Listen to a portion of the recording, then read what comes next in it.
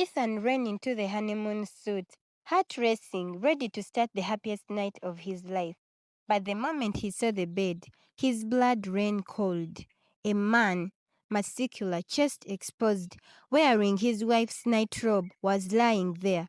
Ethan froze. His voice trembled. "Who are you? Where is my wife?" The person looked up slightly, smiling. "I'm Grace," the man said. "No," Ethan interrupted. His dream, his prayers, everything he thought he knew was shattered. But before that, Ethan was a devoted Christian brother, faithful in church, obedient and pure. He was also rich, good-looking, and almost every girl in his church wanted to marry him. Some girls in choir would greet him every Sunday morning, just to show him how well dressed they were, but Ethan never minded them at all. He said that he was waiting on God to show him the right woman. Deep inside him, Ethan dreamt of marrying a perfect Christian woman with both godly and physical vibes. "My wife isn't in this church," he would say proudly. "When she arrives, this village will be shaken." But every night Ethan prayed, "Lord, you said it is not good for a man to be alone. Please show me my helper now." He was beginning to get impatient and frustrated from all the waiting, since God had not shown him any signs yet. One day, while scrolling online and tired from the day's business, Ethan came across a famous Christian influencer, Grace Elijah. She was everything beauty offered, elegant and kind. Her channel was full of videos of her preaching and helping the needy. She quoted scriptures with power, and millions followed her. Ethan said to himself, "Surely, this must be the woman God has prepared for me." Immediately, he subscribed to her channel, and that's how they started talking. Grace spoke with grace, as her name said. She called him "man of God" and treated him with all the respect he wanted. Ethan was so full of joy and satisfaction. "How can someone be so perfect?" he said. As days passed, their bond grew even stronger. They prayed together, laughed together, and Ethan's heart grew attached. And not long after, Ethan confessed his love to Grace and told her that he was willing to marry her. Grace was so happy and immediately said yes. They started going on dates. Their conversations changed from God to family and wedding preparations. Ethan was surely in love, but he didn't know that a great disappointment was awaiting him. Soon, he took Grace to meet his pastor. Sitting in the pastor's office, Ethan said with joy, "Pastor, God has finally answered my prayers. I have found my wife."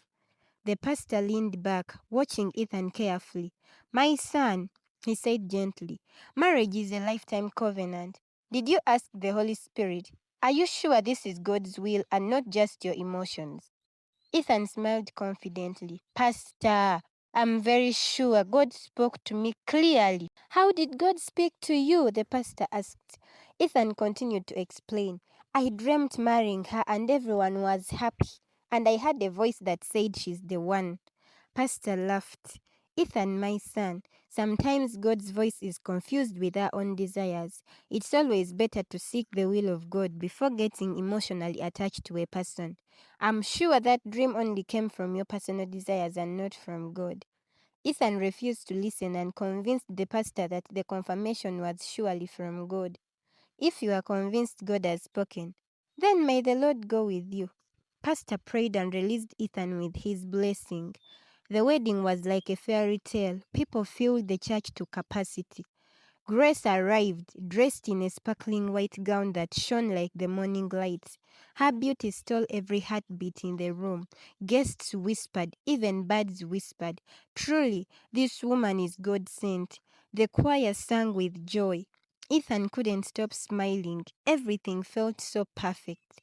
As they walked down the aisle, people clapped, danced, and shouted praises. "God has done it. What a blessed couple." Grace looked flawless. Her makeup, her elegance, her poise, she was truly the definition of perfection. Ethan thanked God in his heart. "Lord, you did it for me. Thank you so much. I do not know what I can give you back." Meanwhile, in their honeymoon suite, when everything was done, Grace removed her gown and said softly, Give me a moment. I'll freshen up. Ethan waited, full of joy and expectation. After Grace finished showering, Ethan went in next.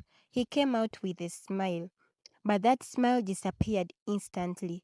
What he saw on the bed will never get out of his memory for his entire lifetime. On the bed was a man, muscular, chest exposed, wearing Grace's night robe. Ethan froze. His voice trembled. "Who are you? Where is my wife?" The person looked up. "Ethan, I'm Grace," the man said. "No," Ethan interrupted. "I'm gay," the man continued while trying to hold Ethan's hands. "I only changed and pretended because I wanted to be accepted. I wanted love." Ethan staggered backward, shaking. "But you preached the gospel. You prayed for the people. Aren't you a Christian? Why is your body so flawless? How did you get breasts? What happened? How did you change from a man to a woman?" Grace replied, "I went for body lifting, and that is how I changed my body. Also, our pastor teaches that Jesus accepts everyone exactly as they are.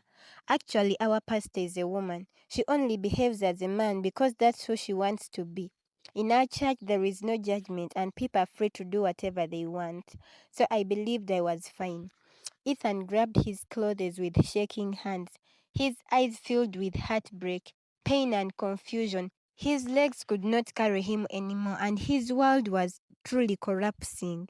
Ethan, without saying another word, ran. He fled the room like as if he was running for his life, leaving Grace behind forever. Ethan later spoke with tears. "I asked God to approve my desire instead of seeking His will. I followed the voice of excitement, not the voice of the Holy Spirit." He learned that not everything Christian looking is Christ approved. The devil can disguise himself as an angel of light. Feelings are not confirmations. God's timing is protection and not punishment. Not everyone that calls himself Christian is truly Christian. In this generation, a lot is happening to the Christian body. So we have to watch out. Even if something looks like gold, we can only confirm its goodness by asking the Holy Spirit. Discernment is the believer's shield. A prayerful heart must also be a watchful heart. If this story blessed you, feel free to leave a like, subscribe to this channel for more amazing Christian related content. God bless you.